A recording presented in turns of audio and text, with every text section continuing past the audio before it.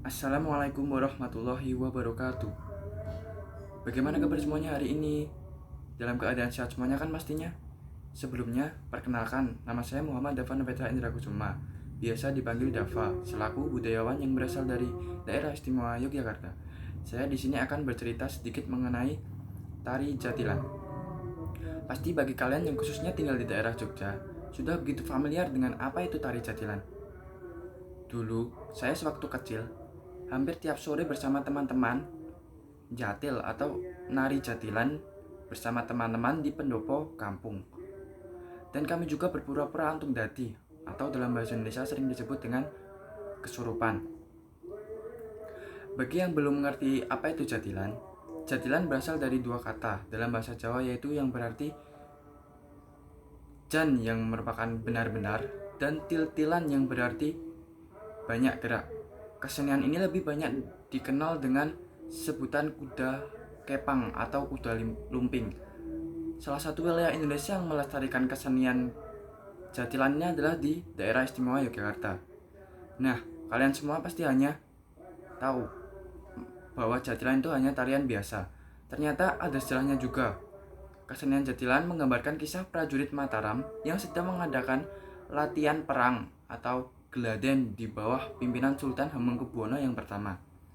Demi persiapan menghadapi kolonial Belanda. Selain itu jatilan juga dikenang sebagai gambaran perjuangan era Perang Jawa. Rakyat pendukung perjuangan menggunakan properti kuda tiruan yang terbuat dari bambu sebagai bentuk apresiasi sekaligus dukungan terhadap prajurit berkudanya Pangeran Diponegoro yang gagah dan berani pada saat zaman waktu itu. Nah, dari sejarah tersebut, lama-kelamaan tari jatilan berkembang sejalan dengan waktu, menjadi kesenian yang sering di acara-acara, baik di acara besar maupun acara kecil, seperti acara merti desa, acara sunatan, dan masih banyak acara-acara lainnya. Dalam tari jatilan itu sendiri terdapat pawang sendiri sebagai pengatur jalannya acara dari jatilan tersebut, atau ya bisa disebut sebagai yang mengatur saat mereka dadi. Dan lalu ada sinden dan juga instrumen musik yang mengiringi dari tarian jatilan tersebut. Dari tarian tersebut juga ada penarinya, penari, dan juga ada dua barongan atau yang nanti menggunakan pakaian seperti barongsai. Setelah itu, dan mereka itu juga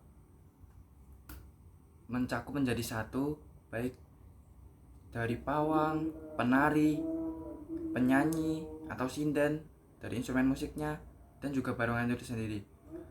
Jika salah satunya tidak ada, mungkin dari tari jatilan sendiri itu tidak akan seru.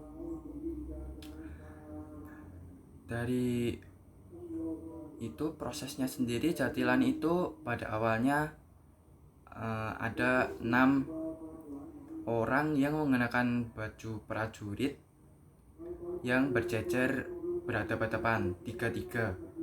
Nah, lalu diiringi dengan lagu dan terdapat juga pawang. Nah, pawangnya itu nanti akan mengiringi acara tersebut. Saat itu lalu pawangnya akan mengikuti gerakan-gerakan dari instrumen lagu tersebut, dan penari-penarinya akan mengikuti nada-nadanya. Setelah lagunya selesai, nanti akan ada muncul barongan. Biasanya ada 2 orang yang menggunakan pakaian seperti barongsai.